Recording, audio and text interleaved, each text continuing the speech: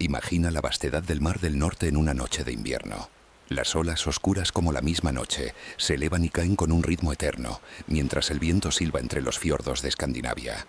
Allí, en esas tierras donde la nieve se funde con la piedra y el hielo abraza los bosques de pinos, nació uno de los pueblos más enigmáticos y fascinantes de la historia, los vikingos. Cuando pensamos en ellos, quizá lo primero que nos viene a la mente son las imágenes de hombres altos, con cascos de hierro, blandiendo hachas y arrasando monasterios. Pero la verdadera historia de los vikingos es mucho más compleja, más profunda y también más humana. No fueron solo guerreros, fueron campesinos, marineros, poetas, comerciantes, exploradores. Y aunque el tiempo ha transformado su legado en un mosaico de leyendas y temores, lo cierto es que su huella sigue viva en nuestro mundo de formas que a veces no imaginamos. Cierra los ojos, respira hondo y permite que estas palabras te guíen en un viaje lento y pausado hacia aquel norte lejano. No hay prisa. La historia fluye como un río tranquilo, y en su corriente iremos descubriendo a esos hombres y mujeres que vivieron entre la dureza del hielo y la inmensidad del mar. Las aldeas vikingas eran pequeñas, construidas de madera y techo de paja, rodeadas de bosques y ríos helados. En ellas familias enteras compartían un mismo fuego, mientras los ancianos relataban mitos de dioses y héroes. El niño que crecía allí aprendía desde temprano a temer al invierno y a respetar al mar, porque en aquellas tierras la naturaleza no era un simple escenario, sino un enemigo constante y un maestro severo. Y es que los vikingos no nacieron de la abundancia, sino de la necesidad. Escandinavia ofrecía belleza salvaje pero también escasez.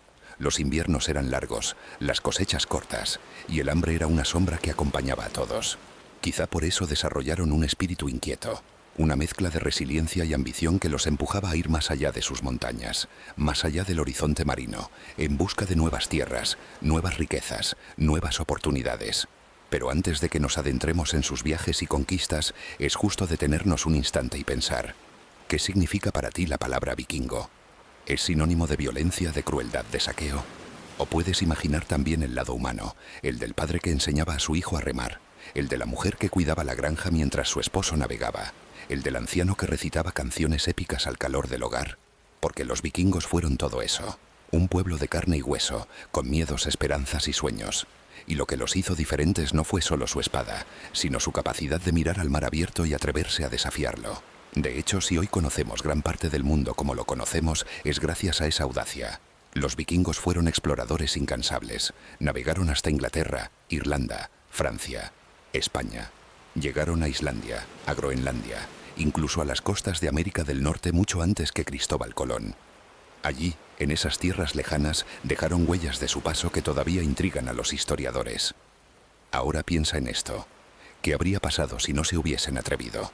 Si hubieran preferido quedarse en casa, resistiendo el frío sin mover un pie más allá de sus aldeas. La historia sería distinta, y quizá nuestra visión del mundo mucho más limitada. Los vikingos nos enseñan que el ser humano, cuando es empujado por la necesidad y la curiosidad, es capaz de abrir caminos imposibles.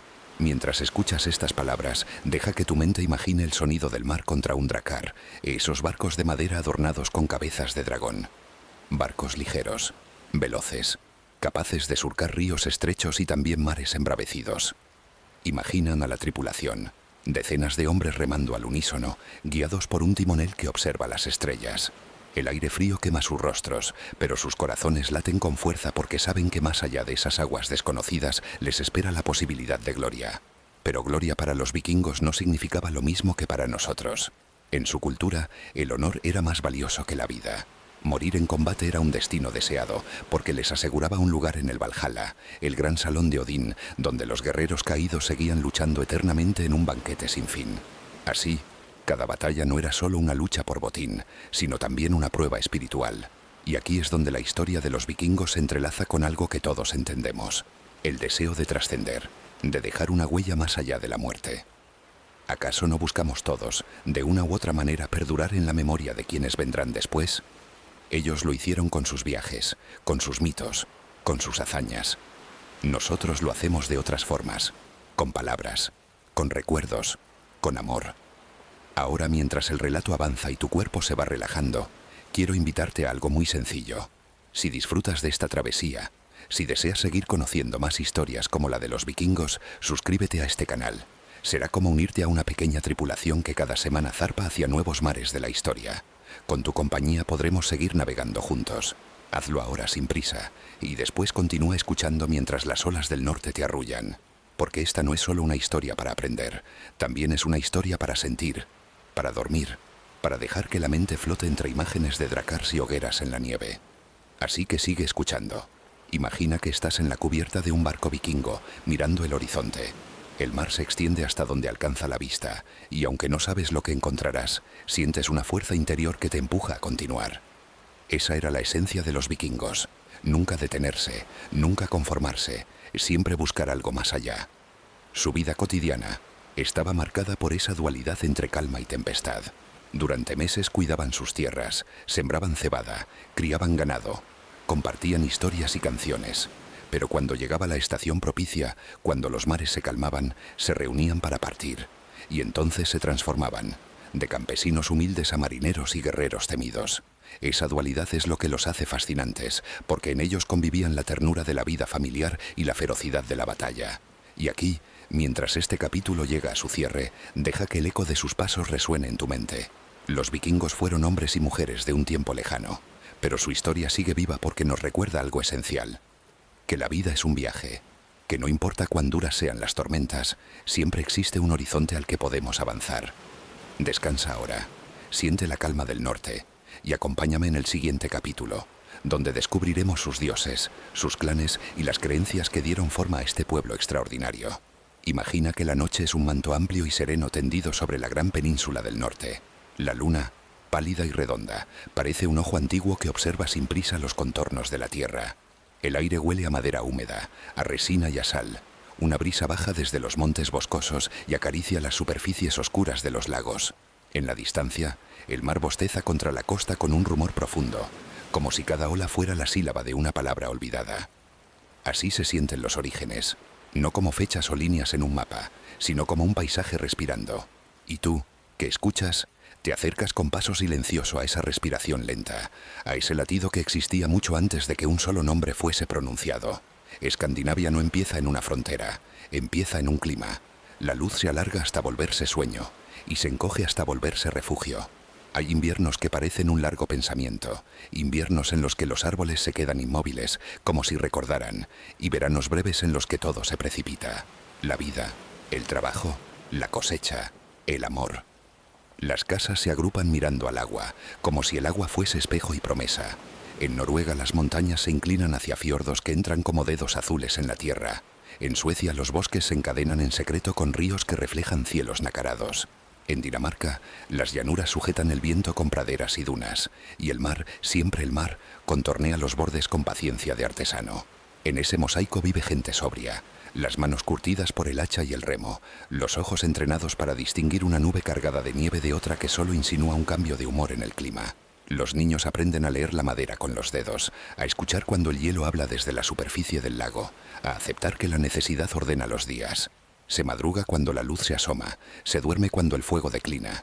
Y si entre la primavera y el otoño el mundo se acelera, es porque saben que cada grano cosechado, cada tablón cepillado, cada remache en un casco, cada pez seco colgando en la viga, será una razón menos para temer la noche larga.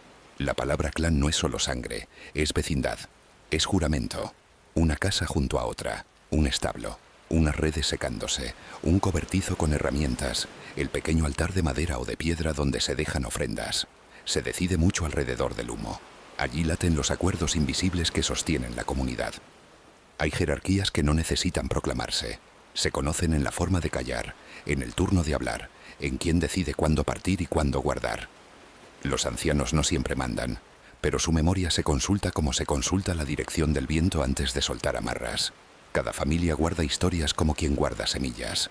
Hay un relato para el verano en que el salmón volvió en abundancia, otro para la noche en que una tormenta hizo crujir los árboles y pareció que el mundo se partía por dentro, otro para el nacimiento de un hijo que llegó con la primera nieve, y otro para el día en que una vela apareció en el horizonte y nadie supo si traía amigos o enemigos.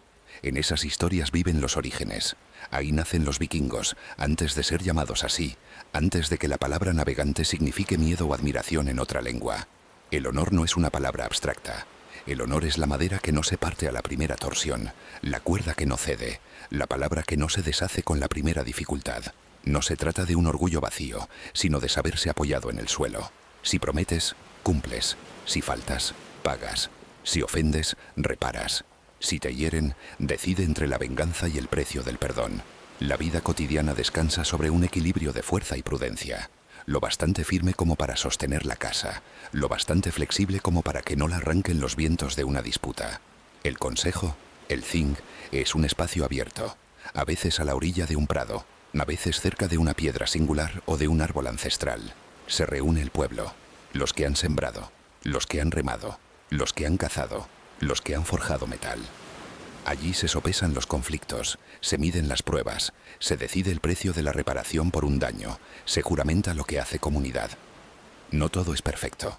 También hay voces que no se escuchan como debieran y decisiones que dejan un pozo de amargura. Pero la asamblea existe para contener el caos, para darle forma de acuerdo a lo que de otro modo sería solo choque y tempestad. La casa es un mundo. La gran sala es tibia. La luz tiembla en los bordes del techo de madera. Las sombras suben y bajan por las caras como si danzaran.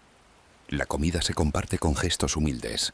El pan, el pescado, la carne ahumada, la sopa que huele a raíces y a tierra. Los niños se quedan dormidos oyendo hablar a los adultos, con el rumor del mar mezclándose con la voz de una madre que canta bajito para acompañar la respiración, pequeña de un recién nacido. El perro se arrebujará cerca de la puerta, como si guardara el paso entre mundos. Lo de dentro, seguro y cálido. Lo de fuera vasto y oscuro. En ese interior se pronuncian nombres que te suenan a piedra y a rayo. Odín que busca la sabiduría y la paga caro. Thor cuyo martillo suena como un tambor que impone orden en la tormenta. Freyja que custodia amores y secretos y hila destinos con manos invisibles. Freyr amigo de la cosecha y la abundancia. Njordr para quien el mar no es un enemigo, sino una senda. No se trata de dioses lejanos. Son presencias que respiran en la misma madera de la casa, en la misma espuma de las olas, en el mismo hierro que enrojece en la fragua. No hay un credo rígido, hay un tejido. Los mitos se entrelazan como las fibras de una cuerda. Yggdrasil sosteniendo los mundos, raíces que tocan lo que estuvo antes y ramas que rozan lo que será después.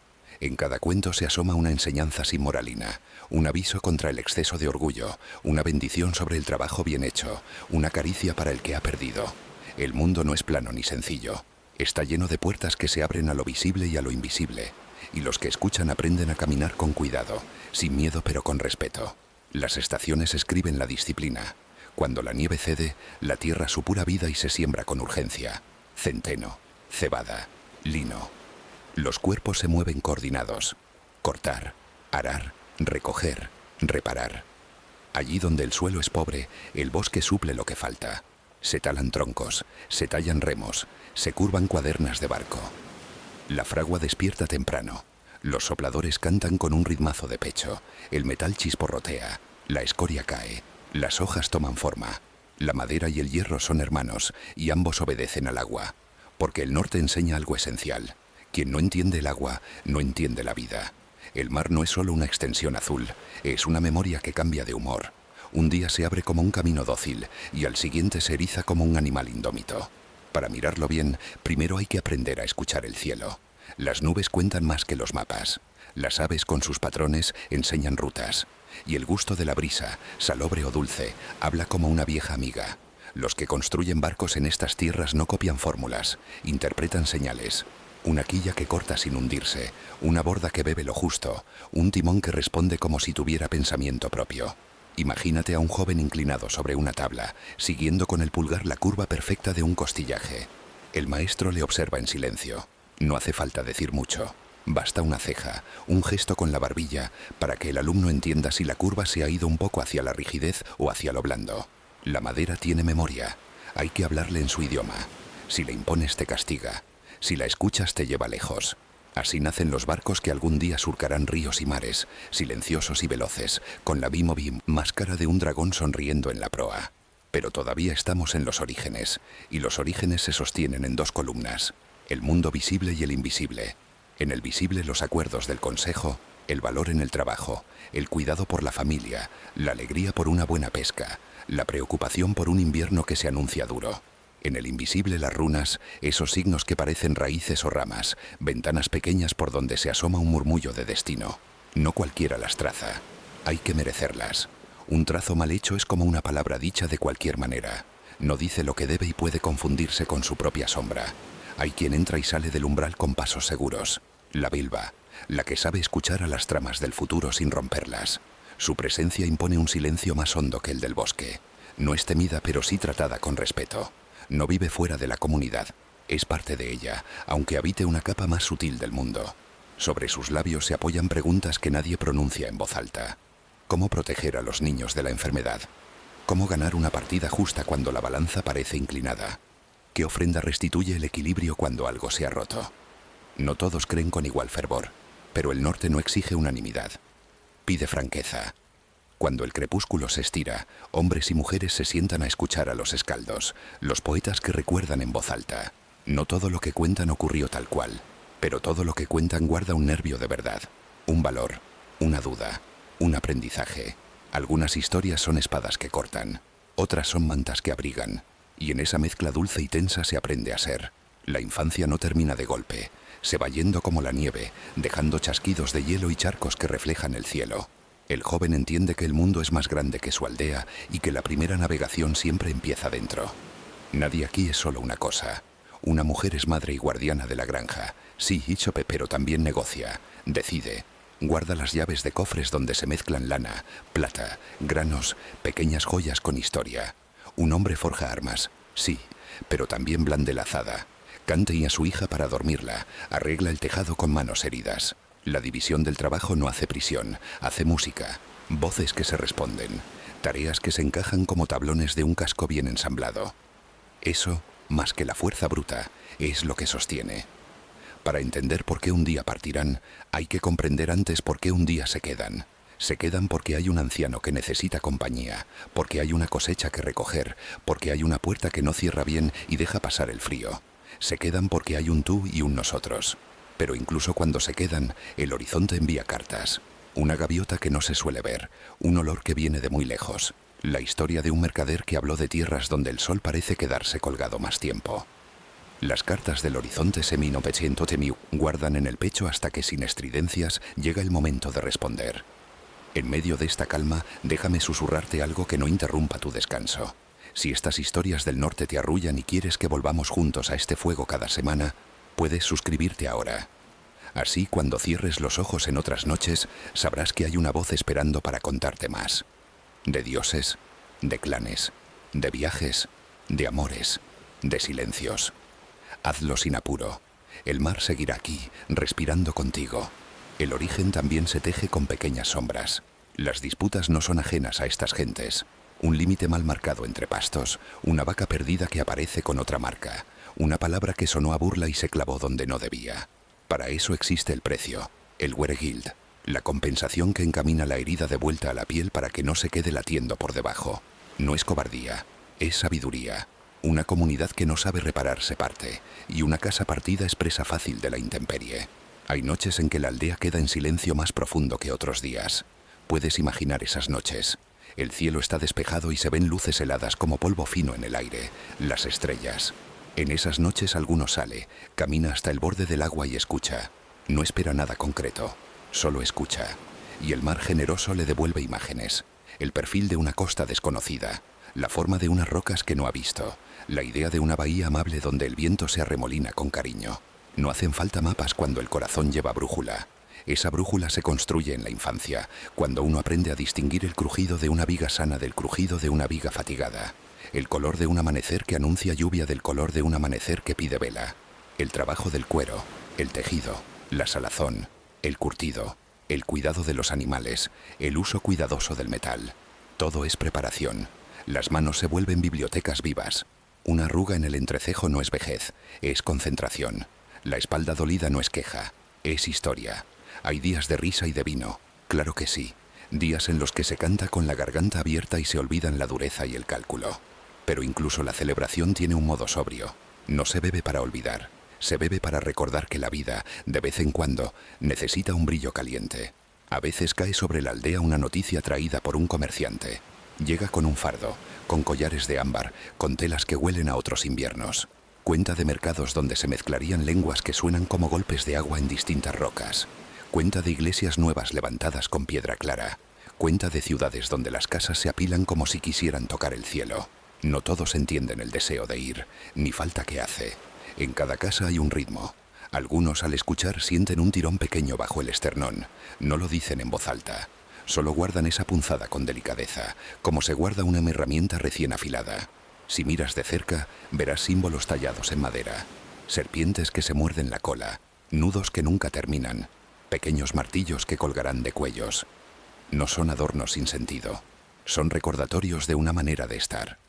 Cuando alguien cruza una puerta y roza con los dedos una de esas tallas, no pide milagros. Pide claridad. Pide elegir bien. Pide que el mar no le engañe y que su propia voz no le mienta. Esa es la religiosidad del origen. Una conversación baja con el mundo, no un grito para dominarlo. Los niños aprenden jugando. Juegan a remar con palos que son remos, a empujar trineos que un día serán embarcaciones, a construir pequeñas casas de ramas dentro de la gran casa. Jugando aprenden a esperar su turno, a calcular la distancia de un salto, a entender que a veces se gana y a veces se aprende. En sus juegos, los dioses aparecen como vecinos mayores, no como seres que todo lo deciden. Son referencias, figuras que muestran caminos y cada uno aprende a hablarles a su modo. Los relatos de la creación circulan como agua que encuentra varias rutas para volver al mar. En uno de ellos, todo empezó en el choque de dos vastedades, el frío y el fuego. Del encuentro nació el primero de los gigantes y de su muerte se hizo el mundo. Carne convertida en tierra, huesos convertidos en montañas, sangre convertida en ríos. Es una forma de decir, Emi, estamos hechos de lo que nos precedió. Llevamos en el cuerpo materia antigua, y cuando caminamos las llanuras y subimos las cimas, estamos en contacto con una memoria que nos sobrepasa. Un niño escucha y no necesita comprenderlo todo. Le basta imaginar que las piedras también respiran, aunque a su ritmo. La idea del destino no es peso, es música. Hay hilos, dicen, que tejen tres manos invisibles. No atan, orientan. Uno puede tirar de ellos de un modo torpe o de un modo sabio. Por eso el origen enseña a moverse despacio, a aprender el arte de escoger. El coraje aquí no es ausencia de miedo, es caminar con el miedo de la mano sin que te guíe. Mientras la aldea duerme, algún martillo todavía suena en la fragua. El metal al rojo se enfría en agua y alza una nube pequeña, una nube doméstica que sube al techo y parece perderse entre las vigas. El herrero sonríe cansado. Sabe que cada hoja que completa tiene un nombre, aunque no siempre lo diga.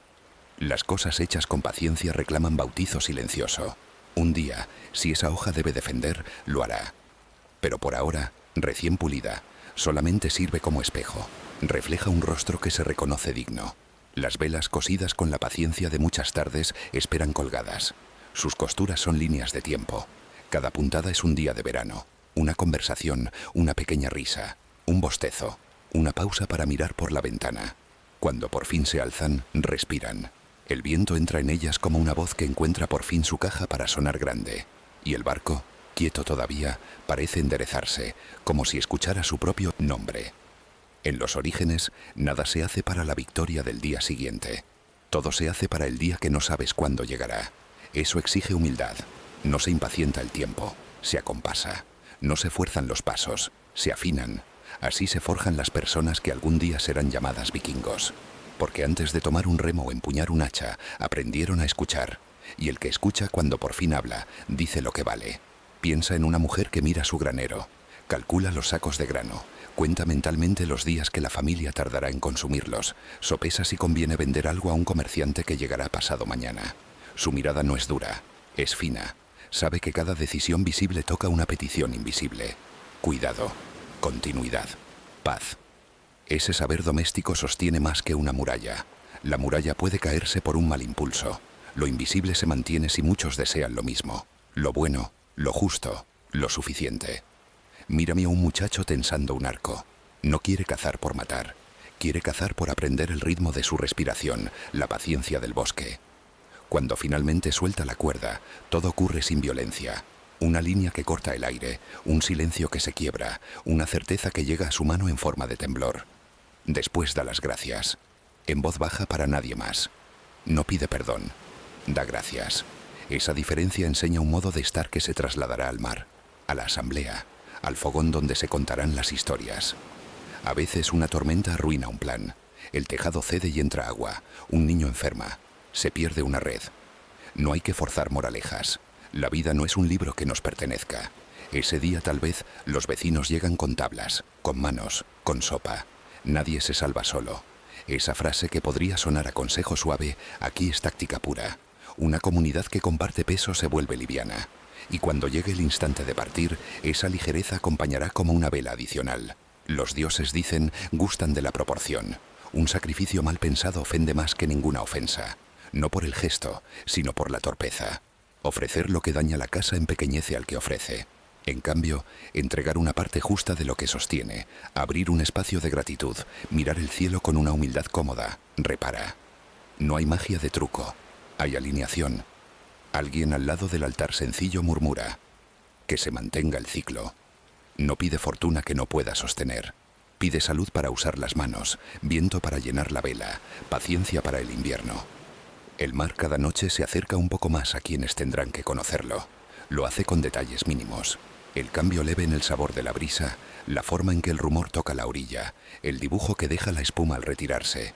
Como si entrenaran a quien quiera entenderlo, repite lecciones sin enojarse. Y quien aprende, aprende con el cuerpo. Pies que conocen la textura de la arena según el clima, manos que leen la cuerda como si fuese escritura, ojos que recuerdan la sonrisa precisa del agua cuando promete buen viaje. Cuando por fin llegue el primer viaje, y llegará como llega el deshielo, sin que nadie pueda realmente decir el minuto exacto. Nada parecerá heroico, solo natural. La quilla se deslizará con un suspiro que algunos llamarán destino y otros llamarán trabajo bien hecho. Los que quedarán en la orilla no llorarán con estridencia. Sabrán que el regreso es una palabra con doble cara. Regresa el que pisa de nuevo la arena familiar. Sí, pero también regresa el que, aún habiendo encontrado otra costa para su vida, sueña por las noches con la madera de su casa, con el olor de su fuego, con la risa de su gente. El regreso tiene muchas formas. Los orígenes las conocen todas. Mientras tanto, esta noche se hace más honda. Tú respiras y en tu respiración cabe una aldea entera. La fragua que apaga sus fuegos, el establo que guarda calor de animal, la cocina que tiene aún el perfume del pan, la mesa donde han quedado migas que mañana barrerán manos jóvenes. Alguien reza con palabras viejas, alguien decide dejar de rezar y solo mirar el cielo. Ambas acciones valen lo mismo si se hacen con verdad. La verdad aquí no es discurso, es postura del cuerpo, cuidado de la voz. Si alguna vez te preguntas cómo empieza una historia larga, recuerda esto. Empieza en lo pequeño. En el sonido de una gota que golpea el borde de un cubo, en la manera en que una madre dobla una manta, en el cuidado con el que un carpintero pasa la mano sobre una astilla que quiere salirse. Lo pequeño, repetido con dignidad, se vuelve grande, y cuando el mundo de afuera quiera poner nombres ruidosos, aquí se seguirá haciendo lo mismo. Sembrar, tejer, remar, decidir juntos, agradecer. Ese es el origen que más importa. Y cuando el mar pida compañía, cuando un barco necesite peso humano para que el viento no lo desmande, el origen sabrá elegir. No elegirá al más fuerte solo por su fuerza, elegirá al que escucha. Porque el mar, como la comunidad, como la vida, se conduce mejor cuando quien manda sabe callar antes de hablar. El silencio en estas tierras no es vacío, es música que todavía no ha elegido su instrumento. Podrías dormir ya, y sin embargo, si te quedas un poco más conmigo, verás cómo los dioses y los clanes conversan con delicadeza baja. Verás cómo un brazal de juramento no es una joya, es un compromiso que pesa agradable en la muñeca, como una promesa hecha en voz firme tiene tanto metal como una espada bien templada, como la risa de los ancianos ablanda las esquinas de una decisión dura. Verás, en fin, cómo se prepara un viaje que no conoce aún su ruta en los mapas, pero sí en el pecho de quienes lo harán, porque aquí, en los orígenes, todo es semilla, y una semilla duerme antes de romper la tierra, duerme pero no olvida. Está atenta a una temperatura justa, a una humedad amable, a una luz que no queme. De la misma manera, esta gente del norte duerme sin dormirse del todo. Sabe que llegado el momento, algo les tocará el hombro con suavidad y les dirá, es hora. No será una trompeta ni un trueno, será un acuerdo. Y pondrán en el barco lo justo, comida, herramientas, alguna pieza de metal valiosa por si hay que negociar, un recuerdo pequeño para tocar en los días de nostalgia. Y si decides acompañarlos en las siguientes noches de relato, si eliges volver a este fuego donde el norte se cuenta con voz baja, recuerda suscribirte para que no se pierda el hilo que hemos empezado a tejer. No por obligación, no por prisa, sino por compañía. Así, cuando cierres los ojos y el mar vuelva a respirarte al oído, sabrás que la próxima historia ya está en camino, como la marea que no falla. Ahora deja que el sueño te encuentre. Piensa en la madera guardando su memoria de bosque, en el hierro acomodándose después del temple, en la lana peinada esperando dedos expertos. Piensa en un cielo que cambia despacio de color, en una costa que se dibuja igual todos los días y sin embargo nunca es la misma. Y siente que dentro de ti, algo antiguo y grande te da la bienvenida. Los orígenes no están lejos, están aquí, en tu respiración que se hace lenta, en tus párpados que pesan, en tu cuerpo que se entrega al descanso con gratitud. Cuando despiertes, el norte seguirá donde lo dejaste. Los clanes aún se reunirán, el consejo seguirá templando la justicia. Los dioses continuarán susurrando en el rumor del mar y en el crujido de la nieve. Y tú, si quieres, volverás a esta casa de palabras para sentarte un rato más junto al fuego. Porque la historia de los vikingos no comienza con una conquista. Comienza con el suelo firme bajo los pies, con el corazón mirando al agua, con una calma larga que un día sin perder su calma se convertirá en viaje. Y esa transición, de la casa al barco, del bosque al horizonte, no será un salto, será un paso.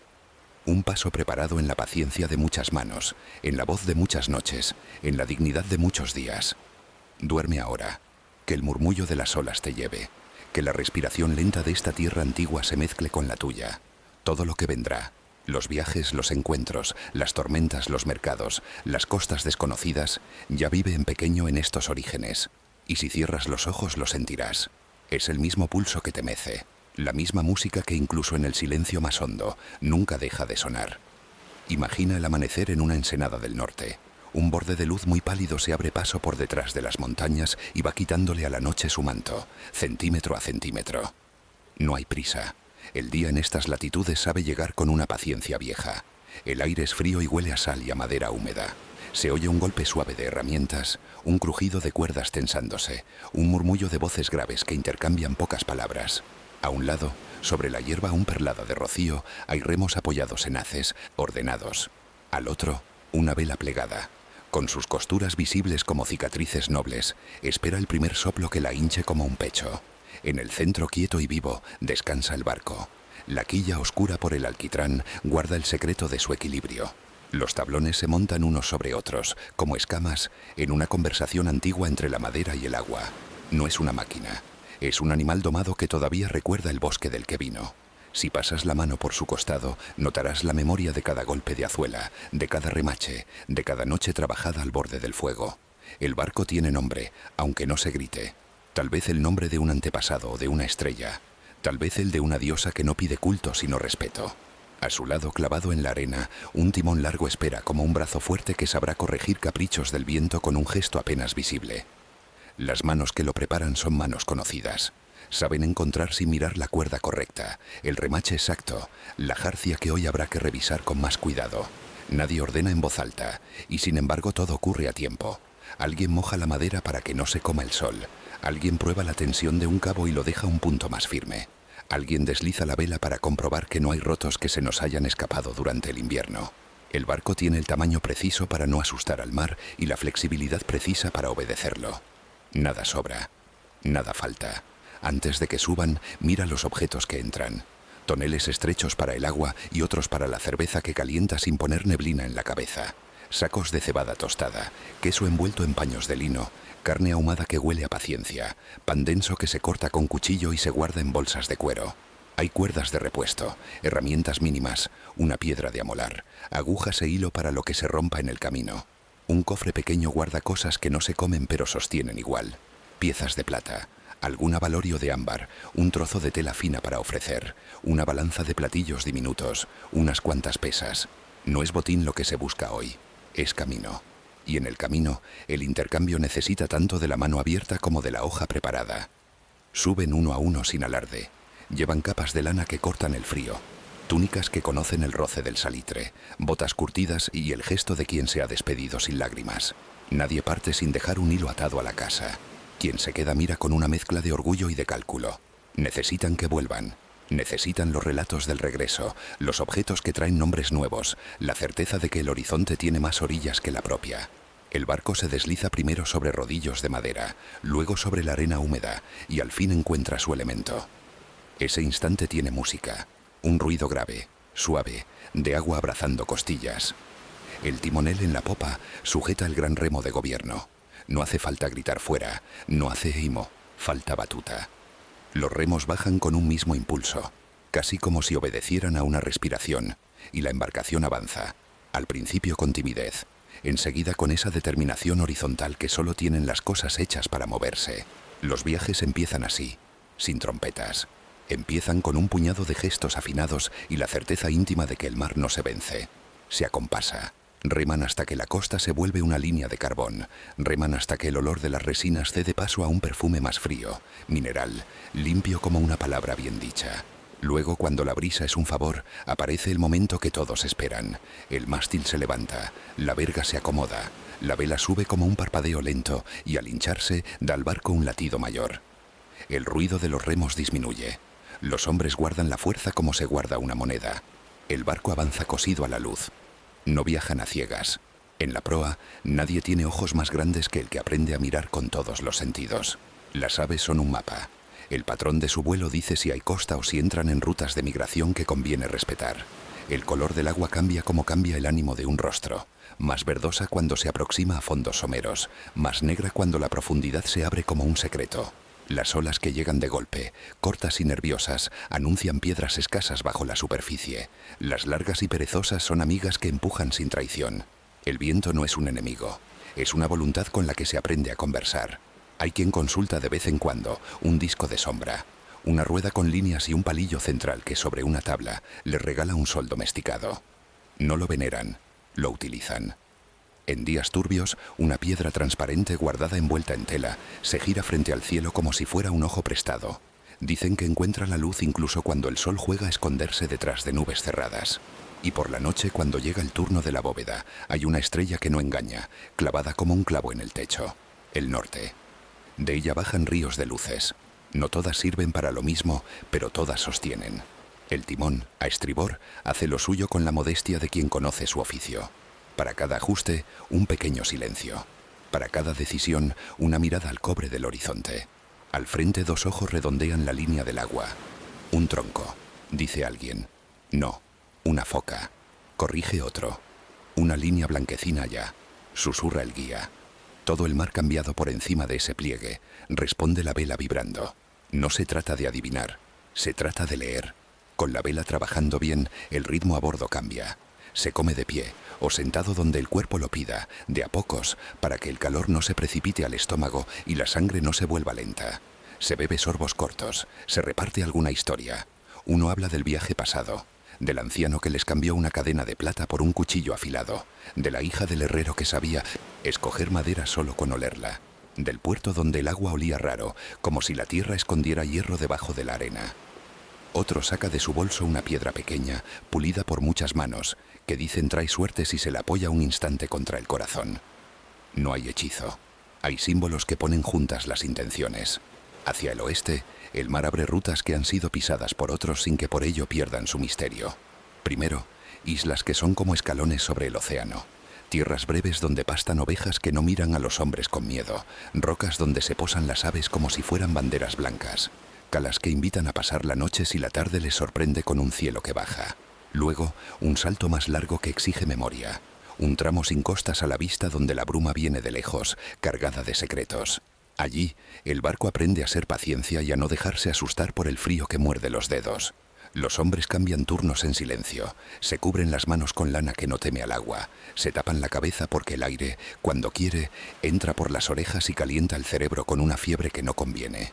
Hay tardes en que un rayo de sol corta la niebla como un cuchillo hace un camino en la grasa, y de pronto aparece una costa nueva, todavía hecha de hipótesis desde lejos y enseguida hecha de piedras palpables, hierbas que huelen a otras lluvias y un silencio distinto.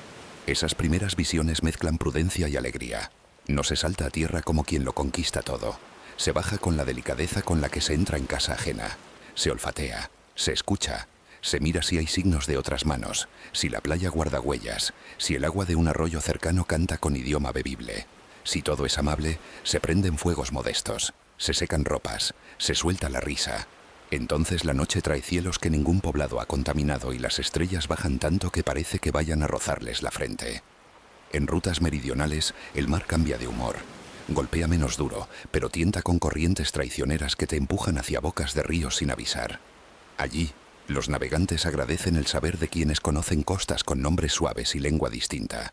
Intercambian cuchillos por sal, lana por vino áspero, pieles por cuentas de vidrio envueltas en paños de colores. Algunas noches, el barco duerme amarrado en estuarios donde el agua se mezcla como si jugara a ser dos cosas a la vez. Y al alba, la vela vuelve a tomar su asiento de nube. Hacia el este, los viajes son de otro molde. Primero, un mar que parece recogido como una taza. Frío, sí, pero familiar. Y luego la aventura de convertir el barco en pez de río.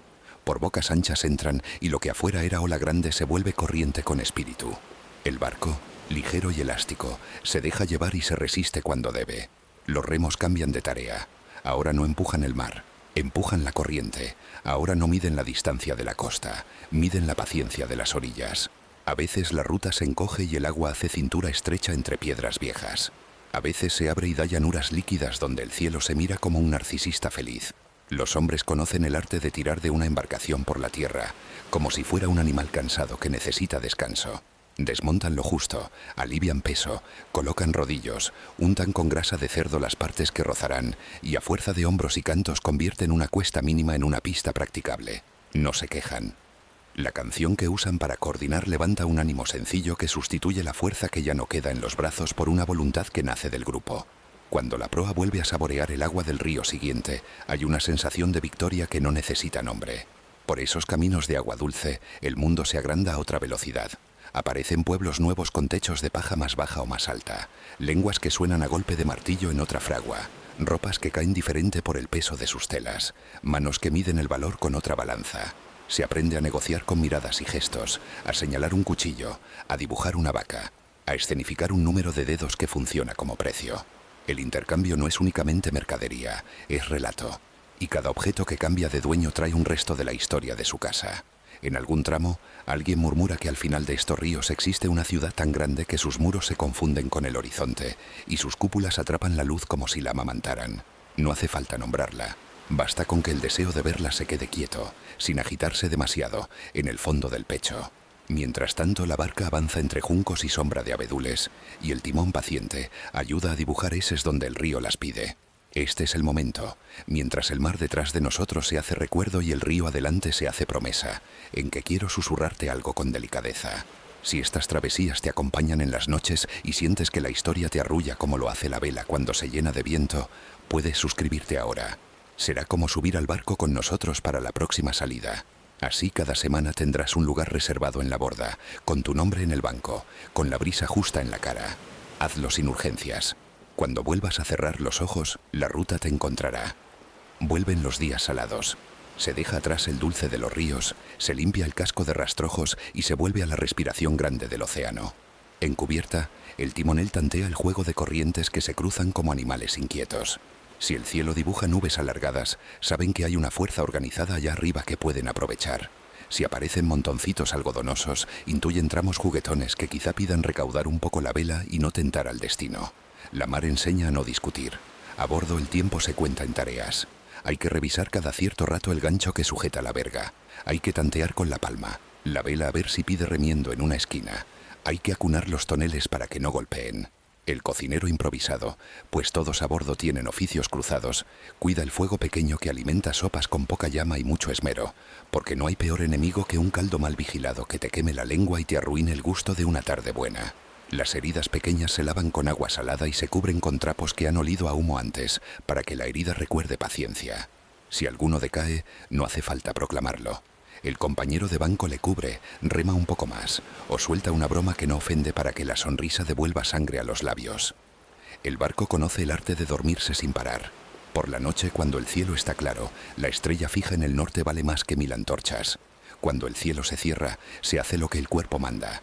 Si hay que quedarse a la capa, se queda, con la vela a media vida, para bailar con las olas en un paso que ninguno mandó, pero todos saben.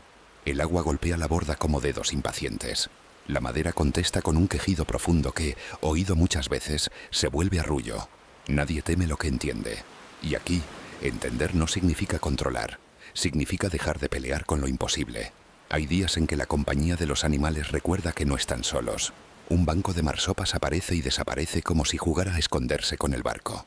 Por un momento, las miradas humanas se vuelven infantiles.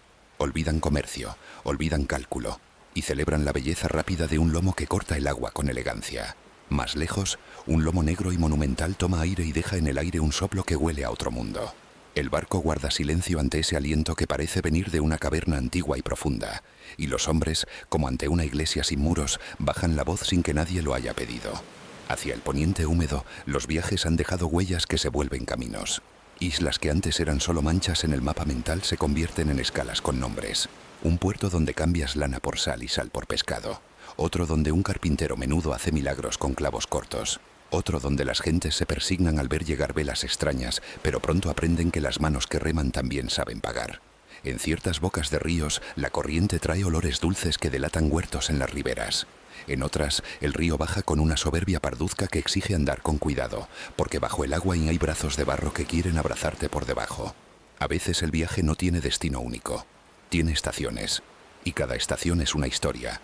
En una se negocia, en otra se aprende, en otra se besa, en otra se calla, en otra se canta junto a un fuego con personas que comparten pan duro como si compartieran infancia. La vela, guardada en la noche, parece un animal dormido que respira lento. Al amanecer, vuelve a ser ala. Los hombres del timón, con el tiempo, desarrollan una intuición que no sabe explicar. Saben por el modo en que vibra una soga, si el viento atrás cambiará una sombra. Saben por el sonido que deja la ola al romper, si conviene alejarse ahora o dentro de media hora. Saben por el gesto de una nube, si ese día tendrán que preparar la lona grande que protege la carga y los pies, o si podrán pasar la tarde con la piel de la cara al sol como lagartos dignos. Esa inteligencia de la materia, que nace de la repetición y del respeto, salva más vidas que cualquier oración que no vaya acompañada de manos. Cuanto más lejos viajan, más claras se vuelven las propias costumbres. Es curioso, no se aprende solo del otro, se aprende de uno mismo viéndose reflejado en el otro. Ven mercados donde el regateo es danza, no combate. Mesas donde se come en silencio por respeto, no por miedo. Casas que se orientan de otro modo porque el viento manda de otro modo. Ropas que se tejen en dibujos que cuentan historias en las que los animales de esta tierra ocupan el lugar que en la suya ocupan otros. Y entonces, al volver al barco, se miran las propias herramientas con nuevos ojos, se ajusta una cornamusa, se decide que la vela la próxima temporada tendrá un refuerzo donde nadie lo había pensado antes. Viajar es modificar sin renunciar. No todo es placidez. Hay temporales que, cuando vienen, no avisan con caballerosidad. Se levantan como discusiones que llevaban tiempo calladas y de pronto deciden hablar todas a la vez. En esas horas, el barco cruje como una casa vieja. La vela se recoge porque ninguna garganta humana podría con ese rugido, y los hombres bajan la cabeza y confían. Cada uno cuida lo suyo. Uno sostiene la pala del timón con los brazos rígidos y el corazón suelto. Otro canta por debajo del ruido del agua para mantener un hilo de humanidad. Otro reza a su modo. Otro piensa en su madre. Otro en su hijo. Otro en el pan de la última mañana. Y sin saberlo, todos piensan en la misma cosa. En el latido que no quieren perder. El temporal pasa, porque todo pasa. Y el amanecer que le sigue es de una belleza humilde. Un cielo lavado, un mar que ha gastado su rabia, rostros cansados que parecen más viejos y más nuevos a la vez. No importa cuántas millas sumen, el momento de la primera costa nueva siempre tiene un sabor único. El color de las piedras cambia. El olor de la vegetación trae notas desconocidas, resinas más dulces, flores más ásperas, humedades con otra música. Hay ríos que al probarlos cuentan si son jóvenes o viejos. Hay playas que guardan huellas de pies que calzan sandalias de otro corte. Hay miradas que desde una colina nos devuelven la atención con curiosidad cauta. Nadie baja con hachas en alto cuando la curiosidad manda más que el hambre. Se toca, se ofrece, se espera. A veces el primer objeto intercambiado es una risa. La vida en el barco hace comunidad de otra manera. En tierra los vínculos vienen de la sangre y la vecindad. Aquí vienen del banco que y compartes, de la cuerda que te toca cuidar, del turno de guardia que aceptaste sin discutirte el sueño. La confianza se mide en la espalda que te cubre cuando el agua entra fría y en la mano que sujeta el cazo para que no se te caiga la sopa en pleno balanceo. El más fuerte no es el que levanta más peso, es el que sabe cuándo ceder el remo para que otro no se rompa. En la mar, la grandeza tiene otro diccionario. Cada regreso añade una capa a la memoria de la embarcación. Se arregla una tabla con madera que vino de muy lejos y que huele distinto cuando se moja. Se cose un refuerzo con hilo comprado a un mercader que lo trajo de un lugar donde el verano dura más. Se graba por dentro una runa pequeña que recuerda a un compañero que no cruzará de nuevo la puerta de la casa. El barco no es solo madera, es suma de viajes y de ausencias, de risas y de reparaciones, de canciones que cambiaron una palabra por otra porque sonaba mejor al compás de las olas. En algún puerto donde el viento trae ecos de lenguas densas, alguien habla de una guardia formada por hombres del norte que han jurado servir a un emperador de lejanía dorada. Se quedan pensando, no en la gloria ni en la paga, sino en la posibilidad de que nombres nacidos al borde del fiordo se pronuncien un día, al borde de un palacio de cúpulas azules. El mundo, que parecía grande y temible, se vuelve grande y hospitalario. Pero no por eso se confían. La hospitalidad se honra con medida. No se toma más de lo que se da. No se pregunta más de lo que se ha sido invitado a saber. Los viajes hacia Poniente, cuando siguen más allá de las islas conocidas, piden una fe sin adorno. Hay bancos de niebla donde el día y la noche se vuelven un mismo gris. Hay pedazos de hielo que flotan como animales durmiendo con los dientes de fuera. Hay pájaros que anuncian peces y peces que anuncian corrientes. En esas rutas, la vela es más prudente y la cocina más generosa con el caldo. A veces por la noche, el cielo se raja y bailan luces verdes y violetas. No se discute con esa belleza. Se acepta con la cabeza cubierta y la boca quieta. Alguno en voz apenas da gracias a quien quiera que haya que darlas. El aburrimiento cuando aparece es un invitado que se aprende a tratar con cortesía. Se le ofrece trabajo, raspar un poco de brea vieja, revisar cuerdas, inventar un juego con piedras y nudos. Se le cuenta un cuento improvisado que recorre una costa que nadie vio. Se le canta una canción que el viento enseguida se lleva porque no le gusta que la guarden. Así, el aburrimiento se cansa y se va a dormir a otra borda. A veces ocurre un milagro pequeño. La mar devuelve algo que no esperaba nadie. Un tronco trabajado de otra civilización, una ánfora vendida a la deriva con el cuello roto, una boya de madera con letras de otra lengua. Se recoge con cuidado, no por valor, sino por sentido. Los objetos cuando viajan solos traen mensajes sin destinatario. Existen otros, dicen. Existen otros y también quieren volver a casa. Cuando toca volver, el barco no da media vuelta como quien se arrepiente. Gira como quien completa un círculo. El regreso no es desandar, es andar otro camino. Las corrientes de vuelta no son hermanas de las corrientes de ida. Los vientos rotan con caprichos propios. Los ojos ya no miran la línea de la costa con miedo, la miran con reconocimiento. La misma bahía que a la salida fue promesa, ahora es recompensa. En la playa, alguien levanta la mano. Desde cubierta otra mano contesta. No importan las palabras. Las manos saben hablar más claro. Desembarcan con gestos que han sido practicados 1000 veces. Descargan primero lo que se echa a perder, luego lo que se guarda, luego lo que se muestra. En la gran sala, la noche del regreso tiene una música especial. No es una celebración estridente. Es un tejido. Preguntas que no presionan, respuestas que no se adornan, silencios que significan gracias por volver. De los sacos salen objetos que los niños tocan con ojos redondos. De las bolsas, cuentas que parecen pedazos de cielo seco. De las historias, lugares que mañana serán nombres en boca de todos. Hay quien se duerme escuchando y su sueño esa noche huele a brea y a pan tibio. Los viajes también enseñan a decir adiós con dignidad cuando alguien decide quedarse en otra orilla. No siempre es un drama. A veces es un acuerdo en el que la nostalgia se acepta como parte de la paga. El que se queda busca amor, tierra, una promesa. El que vuelve se lleva un relato que lo agranda sin vaciarlo. En la siguiente salida, el banco vacío será llenado por otra espalda, y sin embargo, al pasar una ola en particular, alguien pensará, aquí solía reírse aquel.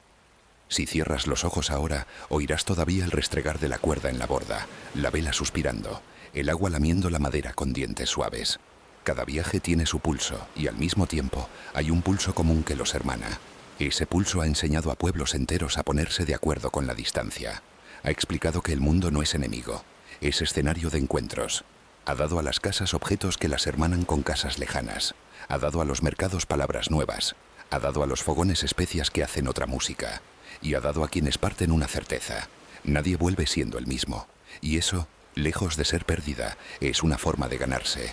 Piensa por un momento en la vela plegada. En la noche sin viento, reposa como una piel que al caer el día habrá de volver a tensarse. Piensa en las manos que la cosieron, puntada tras puntada, en los ojos que midieron medidas sin regla, en las risas que hubo al equivocarse, en el otra vez que no sonó a queja sino a de aprendizaje. Piensa en la madera que hoy quiso crujir en un punto y en el carpintero que le habló con aceite y paciencia. Piensa en la cuerda que se gastó por cuidar una esquina y en la cuerda nueva que espera su turno de gastarse. Viajar también es esto. Honrar lo que se gasta haciendo buen uso. Y ahora deja que el barco se aleje de nuevo. No será el mismo puerto, ni la misma isla, ni la misma corriente. Será una ruta que conoce la alegría de la repetición y la duda de lo inédito. En la proa, un muchacho que en el viaje anterior era aprendiz hoy sabrá prever una nube. En la popa, un viejo que tenía previsto retirarse todavía quiere sentir en las manos el peso del timón. Entre ambos, un mundo. Y tú, desde la orilla de tu cama, con los ojos cerrados, puedes escuchar cómo la vela se infla, cómo los remos se alzan al unísono, cómo la madera dice que sí al viento, que sí al agua, que sí al destino que no manda sino acompaña. Duerme con esa imagen. Una línea oscura recortándose contra una alfombra líquida, una vela clara bebiendo luz, una proa que dibuja caminos en el agua como un dedo que abre un libro por la página exacta. Y cuando el sueño te lleve, deja que lo haga como un buen timonel, sin brusquedad, con la seguridad humilde de quien conoce el viaje porque lo ha hecho despacio. Mañana habrá más orillas, y en cada una te esperará una historia como una hoguera encendida al caer la tarde. La mar, lo sabes ya, siempre termina encontrando a quienes están dispuestos a escucharla. La noche cae sobre una costa callada y los últimos brillos del sol se apagan sobre los techos de paja. En un monasterio junto al agua, la campana de vísperas deja vibrando el aire como si fuese un hilo de metal. Los hermanos apagan lámparas, enderezan pergaminos, guardan tintas. El copista sopla con cuidado sobre una miniatura aún húmeda, la deja secar, cierra el códice. Afuera, el río baja pesado, oscuro, paciente. Nadie lo sabe todavía, pero río arriba una vela se ha vuelto sombra. Avanza sin ruido, como si el viento exhalara despacio para no despertar a nadie. El rumor llega primero en sueños. Un chasquido, un roce, un golpe de madera contra madera. El portero, viejo y de pasos prudentes, cree oír voces que no entiende. Asoma la cabeza, tantea la noche con los ojos y solo ve agua que brilla. La campana, que hace un momento fue orden del día, ahora es deseo de alarma. La palma de la mano se posa sobre la cuerda. Duda, no quiere equivocarse. El mundo entero cabe en esa duda mínima. Tocar o no tocar, creer o no creer que vienen.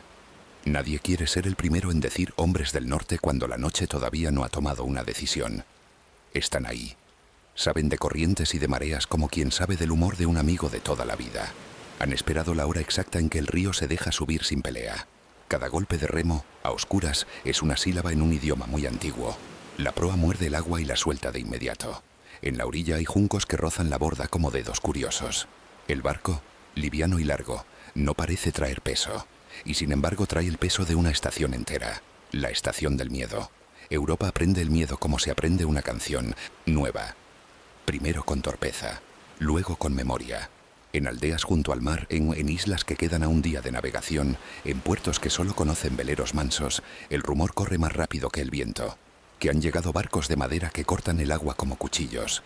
Que bajan hombres con hachas, con escudos redondos. Que no piden permiso ni consejo. Que toman lo que aquí se considera sagrado o seguro. Que están y no están. Que aparecen y se van. Que el mar los trae y el mar se los lleva. El miedo es también una embarcación. Pero incluso el miedo tiene detalles. No siempre vienen cuando serían esperados y por eso se les teme más. No desembarcan en las playas principales, sino en calas menores que un niño podría pasar por alto. No golpean la puerta grande. Entran por el arco que nadie cuidaba. Aprendieron el lenguaje de los ríos. Saben que por ellos se llega al corazón de cualquier país, a las ciudades, a los graneros, a los claustros donde la plata de los relicarios brilla como una promesa. Comprendieron que el agua no es frontera, es camino. En los monasterios, la palabra seguro deja de significar lo mismo. Lo que ayer era refugio, hoy es escalón. Nada más fácil de encontrar que un campanario que se ve desde el agua. Nada más valioso de cargar que objetos trabajados con siglos de paciencia. Cálices, cruces, libros. Los libros no siempre los entienden, pero conocen el valor que les dan sus dueños. A veces se llevan uno por el mero placer de saber que duele. Otras veces, un monje apretando los dientes se guarda un evangelio bajo la túnica y corre hacia un bosquecillo para respirar a escondidas, con la espalda al tronco, el latido en la garganta, la certeza de que ningún milagro protege más que la prudencia. En la aldea pesquera, el miedo toma otra forma. No es el tesoro lo que preocupa, es el tiempo. Los hombres del norte suben por el río como sube el mal tiempo, sin pedir turno. Las redes quedan, los peces quedan, las casas quedan. Se ocultan mujeres y niños, se esconden arcones, se entierran bolsitas de plata bajo una piedra que solo la abuela en su cabeza recuerda. El miedo, aquí, organiza. Enseña a preparar un fardo que se puede levantar en un solo movimiento, a memorizar un sendero por detrás del molino, a reconocer a distancia la sombra de un casco en la borda. En las ciudades, el miedo resuena más fuerte. Se levantan estacas, se cierran puentes, se prometen murallas más altas para el año próximo.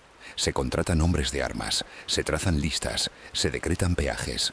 La política y el pánico se toman de la mano. Alguno propone pagar por paz y otro lo llama cobardía. No siempre las monedas compran lo que prometen, pero a veces dan algo que la espada no obtiene. Tiempo. Tiempo para levantar piedras, para reclutar, para pensar el río como enemigo y no solo como aliado. Tiempo para observar que aquellos barcos, por muy rápidos que sean, necesitan descansar, necesitan madera seca, necesitan manos que les cosan la vela cuando el viento hizo de las costuras una herida. Si cierras los ojos, oirás ese eco que repite un nombre en muchas lenguas. Hombres del norte. Hay pueblos que ni al pronunciarlo escupen un lado para conjurar el mal. Hay pueblos que lo dicen bajito, como no queriendo despertar a nada. Y hay quienes lo pronuncian con fascinación, porque en el corazón del miedo también anida la admiración por lo que se mueve con la libertad que nosotros no tenemos. El rumor trae anécdotas increíbles. Cuentan que subieron ríos inmensos hasta donde nadie sube, que aparecieron de pronto en mercados del interior como si hubiesen brotado de la tierra, que sus barcos, cuando una corriente se obstinaba, eran arrastrados por tierra hasta encontrar otro cauce, que nadie reza más hondo que el que mira su vela en plena tormenta. En los claustros se reza con palabras viejas y con palabras recién nacidas del susto. No siempre hay latín que alcance para nombrar un miedo nuevo. Y sin embargo el rezo alivia, no porque construya murallas, sino porque ordena el pulso. Un hermano, que no sabe empuñar espada, encuentra en el scriptorium su forma de resistir. Copia más deprisa, protege con pergamino seco lo que otros quieren salvar con madera. Memoriza páginas por si los fuegos. La plegaria se vuelve acto. Esconder, tapar, correr, llamar. Los que navegan hacia el saqueo miden los días con otra brújula. Saben que el miedo de enfrente es parte de su victoria y también parte de su riesgo. Si encuentran a la gente desordenada, el botín será seguro y rápido.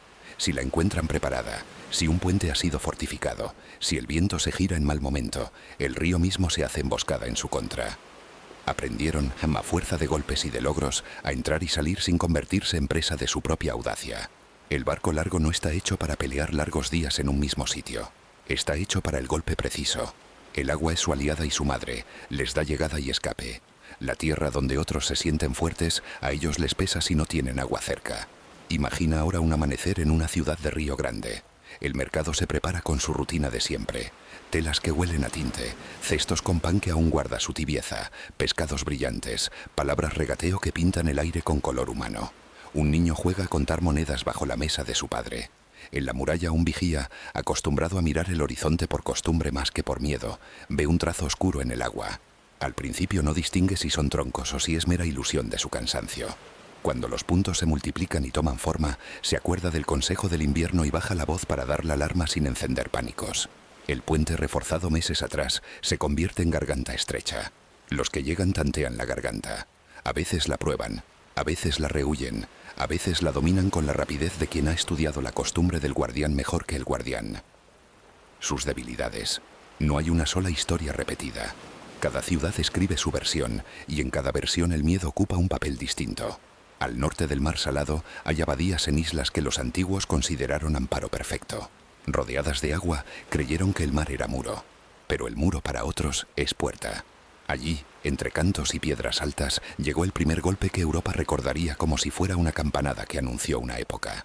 A partir de entonces, el calendario de las orillas se llenó de fechas que nadie deseaba y de decisiones que apretaban el corazón. Huir o plantar cara, guardar lo sagrado o salvar lo vivo, pagar a quienes llegan para que se vayan o unir manos y levantar defensa. El miedo es también maestro. Enseña que las decisiones que se toman en calma son distintas de las que se toman con el aliento en la nuca. En los grandes reinos, el miedo se convierte en estrategia. Hay reyes que optan por comprar paz con plata, como quien da pan al lobo para que vaya a otro redil. Hay reyes que convocan a todos a la ribera, levantan estacas y puentes defendidos, construyen fortines en los vados. Unos y otros dejan crónicas que, más allá de su orgullo, comparten una idea. Para enfrentar a hombres que vienen del agua, hay que pensar como el agua. Las murallas alejadas del río sirven de poco si el enemigo ya está dentro por la corriente. Nacen defensas que son redes, no muros. Torres en las orillas, cadenas que cierran bocas de río, bancadas de vigías que se relevan como si cantaran un salmo interminable. En el campo, el miedo inventa señales. Hoguera que se prende en lo alto de un cerro cuando alguien ve velas en el horizonte. Hoguera que responde en el cerro vecino, como si el paisaje jugara a llevarse la noticia en llamas pequeñas. Las noches adquieren ese resplandor inquieto, danzante que no es alegría ni fiesta. Es aviso, es venid, es esconded, es preparad. Los niños aprenden a reconocer el color de esa luz y preguntan menos a medida que crecen. Las madres guardan un fardo cerca de la puerta, ropa, pan, una pieza de plata escondida dentro de una calceta y un trozo de madera con una cruz grabada para que la mano recuerde lo que los ojos podrían olvidar si el miedo los llenara demasiado. Pero no todo es huida. Hay pueblos que, cansados de correr, preparan la orilla con dientes. Palizadas, barro endurecido, zanjas. Se llamarán de 1000 formas: Burs, Castella, Torres. Pero el sentido es el mismo: enseñar al miedo a esperar, porque el miedo, cuando también espera, se cansa. Y cuando se cansa, se equivoca. Una puerta bien pensada es un libro abierto a la calma. Una defensa que no es altanera sino astuta hace perder el gusto por el golpe fácil. Allí donde el río ya no es una alfombra, el que viene mide sus pasos con otra vara. Y sin embargo, incluso cuando llega la resistencia, el miedo no desaparece. Cambia de sitio. Ya no vive en la orilla sin vigilancia. Vive en las noches en las que, aún con todo preparado, el corazón late más rápido de lo normal. Vive en la sospecha, en el sobresalto por un tronco que la corriente trae y golpea la madera del muelle como si fuese un ariete. Vive en la palabra que se queda a la mitad porque alguien calla de pronto y mira al agua. Con el tiempo, el miedo aprende modales. Deja de gritar pero no se marcha. Se vuelve una sombra compartida que, si no se la nombra con cuidado, crece más de lo que debe. En los caminos del sur, donde el sol se demora más y el aire huele a resina dulce, también han aparecido velas desconocidas. Los puertos se sorprenden cuando, tras ver una figura elegida para el Mediterráneo, asoma la silueta distinta de un casco que se siente mejor en las aguas del norte. Hay ciudades que escuchan por primera vez esa palabra, hombres del norte, como quien oye un nombre y todavía no sabe qué cara tiene. Aprenden pronto. Aprenden que el mar, como el miedo, no entiende de fronteras trazadas en mapas. Aprenden a bajar puentes, a armar compañías, a cerrar el día antes. Y algunos, con sorpresa, ven que quienes llegaron por primera vez por la codicia del golpe vuelven después por la calma del trato. Cambian plata por especias, lana por aceite, hierro por cerámica. El miedo da paso a otra emoción, cautela con curiosidad. En las islas más al occidente, las velas se convierten en estación. No vienen de paso. Instalan campamentos en las bocas de los ríos. Huyen de los vientos peores refugiándose en marismas, reparan barcos con la ayuda de madera local, aprenden la ruta de las mareas como quien aprende horarios de mercado.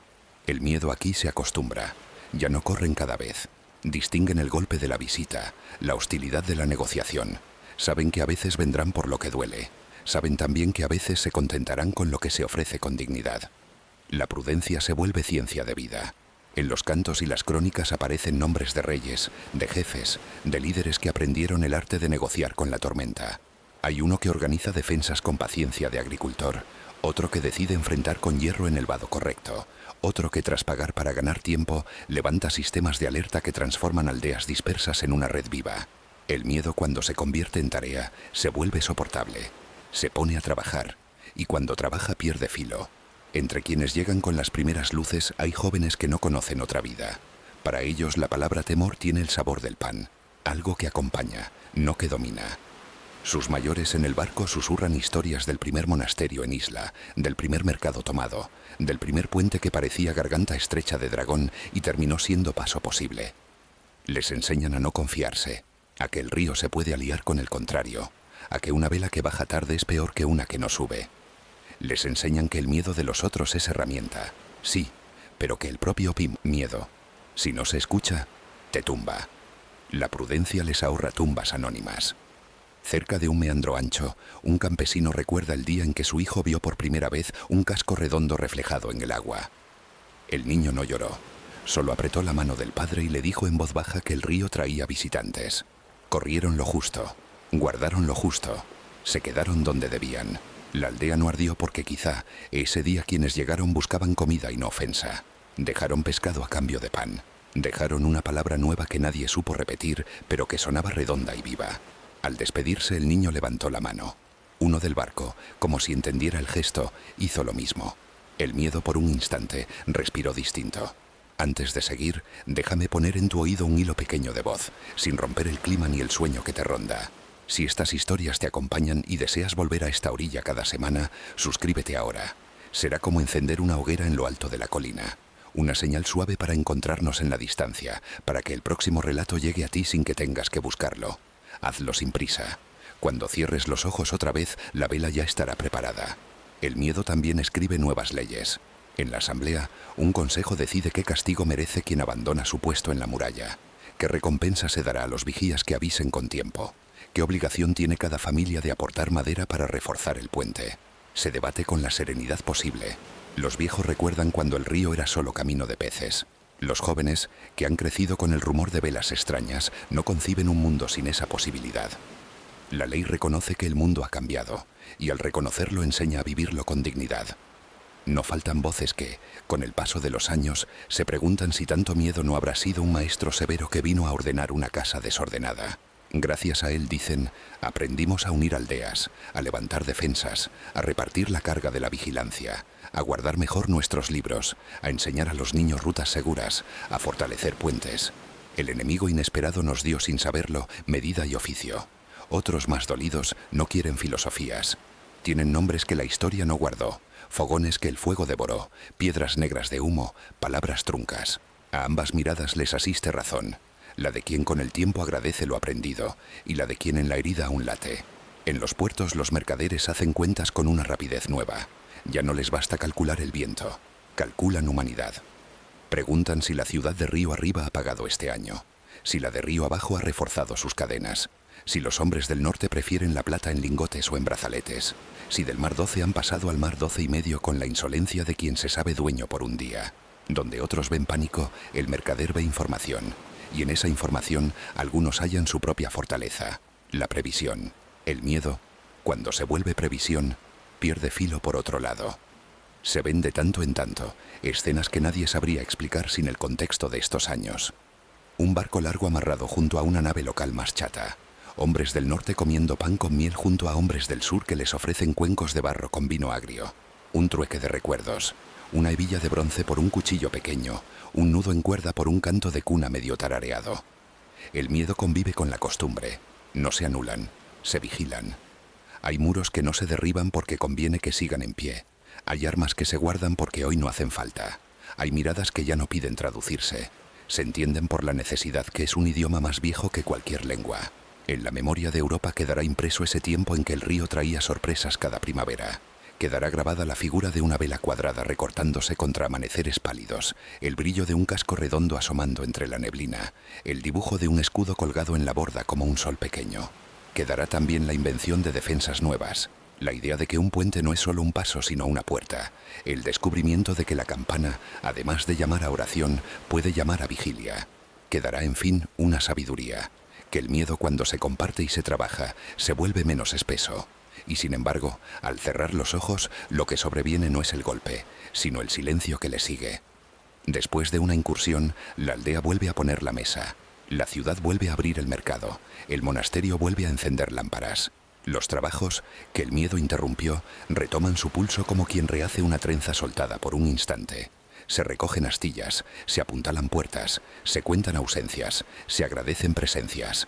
La vida reclama su sitio con una terquedad que no entiende de relatos grandiosos. La vida, incluso bajo el signo del miedo, crea.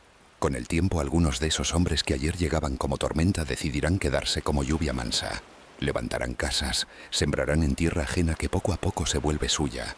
Jurarán ante reyes locales. Aprenderán a hablar con hijos nacidos de madre de otra lengua. Donde hubo miedo habrá trato. Donde hubo incendio habrá mercado. Donde hubo golpe habrá pacto. La historia cambiará de capítulo. Y tú, que has caminado conmigo por estas orillas inquietas, podrás dormir con la certeza sencilla de que incluso las épocas de temor terminan enseñando caminos hacia la calma. Cierra los ojos ahora. Deja que el río vuelva a ser río y que la campana vuelva a ser anuncio de paz. Escucha cómo se deshacen despacio las imágenes de velas oscuras, cómo la madera que crujía al golpe se convierte otra vez en banco de iglesia, en mesa de cocina, en estante de libros. Siente la respiración del mundo, que nunca deja de buscar el equilibrio. Mañana seguiremos, si quieres, hacia esa otra parte de la historia en la que los recién llegados ya no son viento que muerde, sino vecinos que conversan con voz baja. Por ahora duerme. El agua, cansada de sustos, canta en la noche una canción sin sobresaltos. Y esa canción te mece. como el vaivén de un barco que hoy por fin decide amarrar. El mar ya no es solo un camino para el saqueo. Ha pasado el tiempo de las irrupciones rápidas, de los golpes que estremecen a monasterios y aldeas costeras. Ha pasado la edad en que la vela cuadrada era el signo del miedo en el horizonte. Ahora, el mar se convierte en puente duradero, y los hombres del norte ya no son solo viajeros de ida y vuelta, sino sembradores de raíces en tierras ajenas. Donde antes bajaban para incendiar, ahora bajan para construir. Donde antes dejaban solo cenizas, ahora levantan hogares. El mundo empieza a mioblar de reinos vikingos, de asentamientos que florecen, de nuevas mezclas culturales que transforman para siempre a Europa. Imagina la costa de Normandía, con sus acantilados blancos y su verde profundo.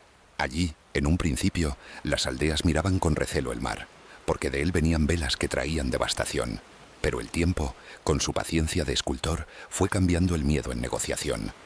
Los reyes francos, cansados de resistir y de reconstruir una y otra vez, comprendieron que a veces la espada no es tan eficaz como el pacto.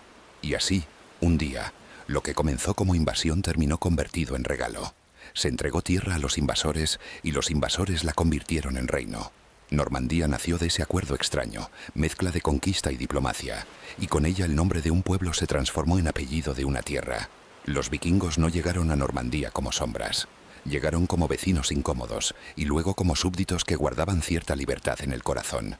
Allí levantaron granjas, trajeron sus costumbres, sus barcos, sus dioses, aunque poco a poco se fueron vistiendo de la fe local, aceptando la cruz y el bautismo, casándose con mujeres de la tierra y aprendiendo lenguas que antes les eran extrañas. La transformación fue lenta, pero decisiva. Lo que había sido temor se volvió linaje. Y de ese linaje nacerían hombres que cambiarían el destino de Europa entera, como Guillermo, llamado el Conquistador, que siglos después llevaría a Inglaterra el eco de aquella mezcla franco-escandinava. Pero Normandía no fue el único lugar donde los hombres del norte echaron raíces. Mira hacia el Atlántico, hacia la isla de Islandia. Allí, en una tierra fría y volcánica, los vikingos encontraron un refugio. No era un lugar fácil. No había grandes bosques, ni extensas tierras de cultivo, ni un clima amable. Y sin embargo, allí construyeron una sociedad vibrante, basada en granjas familiares, en la fuerza de la comunidad y en el respeto a las leyes. Porque sí, los vikingos, a quienes tanto se les pinta como saqueadores sin orden, fueron también amantes del derecho y de la palabra justa. En Islandia crearon una de las primeras asambleas parlamentarias del mundo, el Althing, donde los jefes y libres hombres se reunían para decidir, discutir y juzgar. Allí, en medio de paisajes de lava y glaciares, floreció una civilización que amaba los relatos, que escribió las sagas que hoy aún nos permiten escuchar el eco de su voz. Islandia se convirtió en un faro cultural. Allí nacieron historias de héroes y de dioses, pero también de hombres comunes que luchaban contra el frío, contra la soledad y contra las tormentas. Allí se escribió sobre el honor, sobre la traición, sobre la fuerza de la familia y sobre la fragilidad de la vida. Y todo ello nos ha llegado porque supieron transformar el viento helado en palabras escritas. Palabras que todavía hoy, cuando las leemos, parecen tener la cadencia del oleaje que acompañaba sus días. Más allá, todavía más lejos, está Groenlandia. Eric el Rojo, desterrado por sus crímenes, navegó hacia esas tierras cubiertas de hielo y allí fundó asentamientos que resistieron durante generaciones. Imagina la dureza de esas vidas. Casas de piedra y césped, rebaños pequeños de ovejas y vacas, campos reducidos que apenas daban alimento. Y sin embargo, allí, en los límites del mundo conocido, los vikingos plantaron su bandera de resistencia. No buscaban riqueza en Groenlandia, buscaban sobrevivir. Y en esa supervivencia dejaron una huella de valentía que aún nos sorprende. Pero la historia no se detuvo allí. Desde Groenlandia los vikingos siguieron navegando hacia el oeste y llegaron a tierras que ningún europeo había pisado antes. Vinland, la tierra del vino, la tierra verde, la tierra de los bosques. América, siglos antes de que Colón la anunciara al mundo. Allí desembarcaron, allí exploraron, allí tuvieron contacto con pueblos originarios. No fue una colonización duradera, no fue un asentamiento estable, pero fue una prueba de que el espíritu de los vikingos no conocía límites. El mundo era demasiado pequeño para ellos, siempre querían ir más allá. Y mientras unos navegaban hacia Occidente, otros lo hacían hacia el Oriente. Los ríos de Rusia se convirtieron en sus caminos. Allí nacieron los varegos, los comerciantes y guerreros nórdicos que fundaron asentamientos en Kiev y Novgorod y que dieron origen a lo que después sería la Rus de Kiev. Eran mercaderes, eran guerreros, eran diplomáticos. Navegaban por el Dnieper y el Volga, comerciaban con Bizancio, guardaban al emperador como mercenarios de élite en la famosa Guardia Varega. Los vikingos no solo conquistaban con armas, también conquistaban con su capacidad de integrarse, de adaptarse, de aprovechar cada oportunidad. Piensa en esto. Un mismo pueblo, nacido en los fiordos de Escandinavia, logró extenderse por Normandía, por Inglaterra, por Irlanda, por Islandia, por Groenlandia, por Vinland, por Rusia, por Bizancio. No lo hicieron con un imperio centralizado, no tenían un César ni un Alejandro que los dirigiera. Lo hicieron con la fuerza de su espíritu nómada, con su habilidad para navegar, con su hambre de tierra, de riqueza, de honor. Y en cada sitio al que llegaron dejaron algo de sí, pero también se llevaron algo de los demás. Porque los vikingos no solo transformaron el mundo, también fueron transformados por él. En Inglaterra, por ejemplo, fundaron reinos como el de York y durante décadas convivieron con los anglosajones en una mezcla de guerra y de paz. En Irlanda levantaron Dublín, una ciudad que comenzó como campamento vikingo y que hoy sigue siendo capital de un país. En Normandía, como ya dijimos, se transformaron en normandos, y esos normandos luego conquistaron Inglaterra y se convirtieron en reyes. En el este los varegos se transformaron en príncipes rusos, adoptaron la lengua eslava, el cristianismo ortodoxo, y sembraron las semillas de lo que después sería un gran imperio.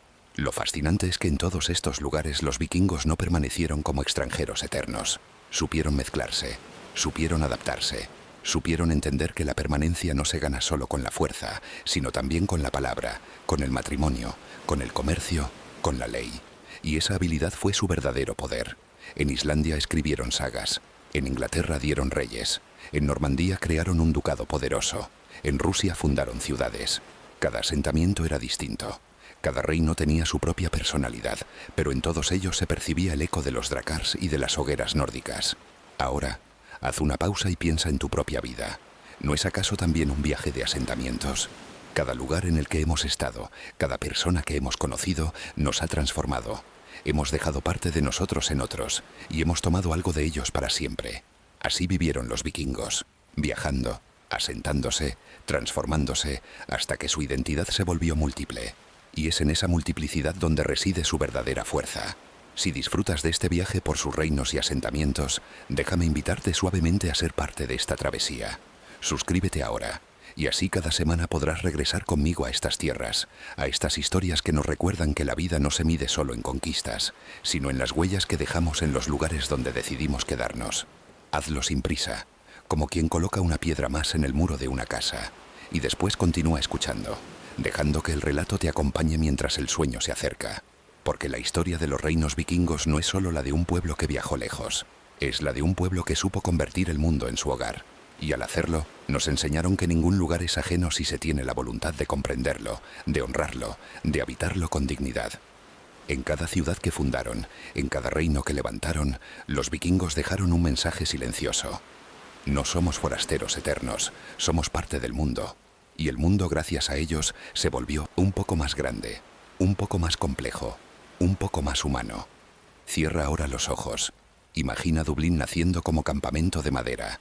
Normandía floreciendo en campos fértiles, Islandia escribiendo sus sagas bajo la aurora boreal, Groenlandia resistiendo entre el hielo, Vinland susurrando con sus bosques inexplorados, Kiev levantando murallas junto al Dnieper. Todos ellos son hijos de un mismo pueblo, hijos del mar, hijos del horizonte, y todos ellos siguen vivos en la memoria que nos arrulla esta noche. Duerme, porque mientras duermes, los reinos vikingos siguen navegando en la historia, como barcos que nunca se detienen, como hogueras que nunca se apagan, como palabras que nunca dejan de contarse. El tiempo no se detiene, aunque los hombres lo intenten. Todo imperio, todo pueblo, todo héroe llega un día a su ocaso. Y así como los vikingos nacieron del frío, del hambre y del deseo insaciable de explorar, también encontraron un final, un horizonte donde sus velas ya no fueron temidas, donde sus hachas se apagaron, donde sus dioses fueron reemplazados por otros. La era vikinga, ese periodo de audacia y misterio, se fue desvaneciendo poco a poco, no con un golpe, sino con una lenta transformación que los fue diluyendo en la historia. Imagina Europa hacia el final del siglo XI. Las costas ya no tiemblan como antes cuando aparece una vela en el horizonte. Los reinos que antes eran vulnerables han aprendido a defenderse mejor. Han construido castillos de piedra, murallas, torres que miran al mar con desdén. El miedo al dracar ya no paraliza, porque las armas y las estrategias han cambiado. Los vikingos que antes irrumpían con fuerza se encuentran ahora con pueblos preparados para resistir. Y así, su ventaja se reduce, su sorpresa desaparece, su mito comienza a diluirse. Pero el ocaso de los vikingos no se debió solo a los muros de piedra. Dentro de su propia cultura comenzó un cambio silencioso, profundo y decisivo: la llegada del cristianismo. Donde antes se invocaba a Odín, a Thor o a Freyja, ahora se levantan cruces. Donde antes un guerrero soñaba con el Valhalla, ahora anhela la salvación en el cielo cristiano. La fe que había sustentado su espíritu guerrero fue cediendo ante otra, más organizada, más universal, más implacable en su expansión. Los reyes vikingos que en un principio resistieron, poco a poco comenzaron a aceptar el bautismo. A veces lo hicieron por convicción, otras por estrategia política. Porque ser cristiano significaba ser reconocido por otros reinos, significaba comerciar, significaba entrar en el juego del poder europeo. Y así, uno tras otro, los líderes del norte aceptaron la cruz. Con ellos, sus pueblos se fueron transformando. Los templos paganos se convirtieron en iglesias, los ritos antiguos se diluyeron, las sagas orales comenzaron a ceder espacio a la escritura latina. Imagina a un anciano escandinavo que en su juventud había escuchado historias de dioses y gigantes y que ahora, en sus últimos días, ve a sus nietos arrodillarse ante un altar cristiano. En sus ojos hay quizá resignación, quizá alivio, quizá la certeza de que su mundo se desvanece. Porque ese fue el verdadero ocaso. No tanto la derrota militar, sino la transformación espiritual. La identidad vikinga se fue fundiendo en la cristiandad europea. Y sin embargo, no fue una desaparición total. Porque aunque la religión cambió, la esencia del pueblo seguía allí. Los mismos hombres que antes habían surcado mares ahora construían iglesias, comerciaban en mercados, levantaban reinos más estables. La fuerza del espíritu vikingo no se apagó, se transformó. El ocaso no fue un final absoluto, sino una metamorfosis. Aún así, no podemos olvidar que hubo derrotas concretas, batallas que marcaron un antes y un después. En Inglaterra, por ejemplo, los reyes anglosajones, liderados por figuras como Alfredo el Grande, resistieron con firmeza. Más tarde, la llegada de los normandos, herederos de aquellos vikingos asentados en Francia, terminaría de cambiar el equilibrio de poder. En Irlanda, las luchas internas debilitaron a los colonos nórdicos. En Rusia, los varegos se fundieron tanto con los eslavos que dejaron de ser reconocidos como algo distinto.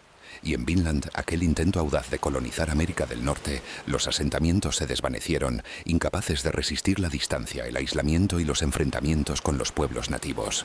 Así, poco a poco, el mundo dejó de hablar de vikingos y comenzó a hablar de reinos cristianos del norte. Suecia, Noruega, Dinamarca, Islandia. Cada uno adoptó nuevas formas, nuevas leyes, nuevas estructuras, y el eco del drakkar fue quedando atrás, como un recuerdo en la memoria del mar. Pero realmente desaparecieron, o quizá más bien cambiaron de piel. Porque si miramos con cuidado, descubrimos que el espíritu vikingo sigue vivo en la historia que vino después.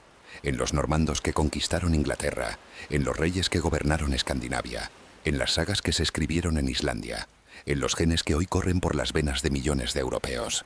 El ocaso de los vikingos no fue un silencio, sino un eco que se prolongó, un susurro que aún escuchamos. Piensa en lo que significa un ocaso.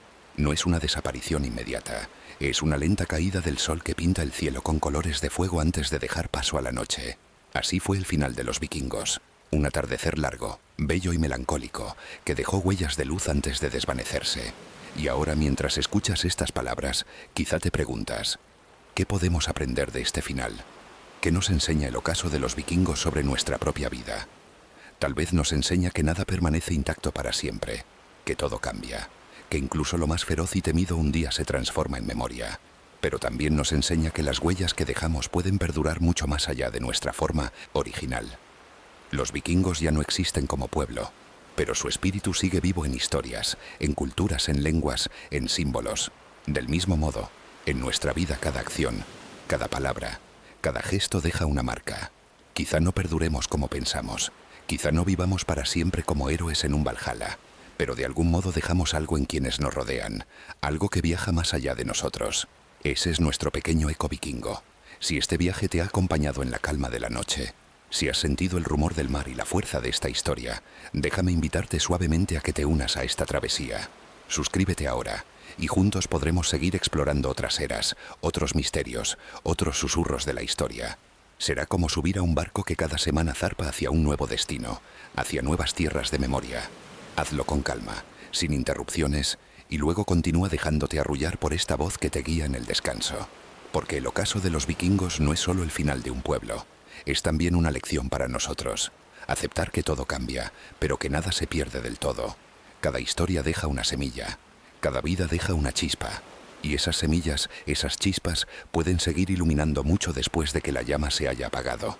Así que mientras tus ojos se cierran y el sueño te envuelve, imagina ese sol cayendo sobre los fiordos, tiñendo el mar de rojo y oro.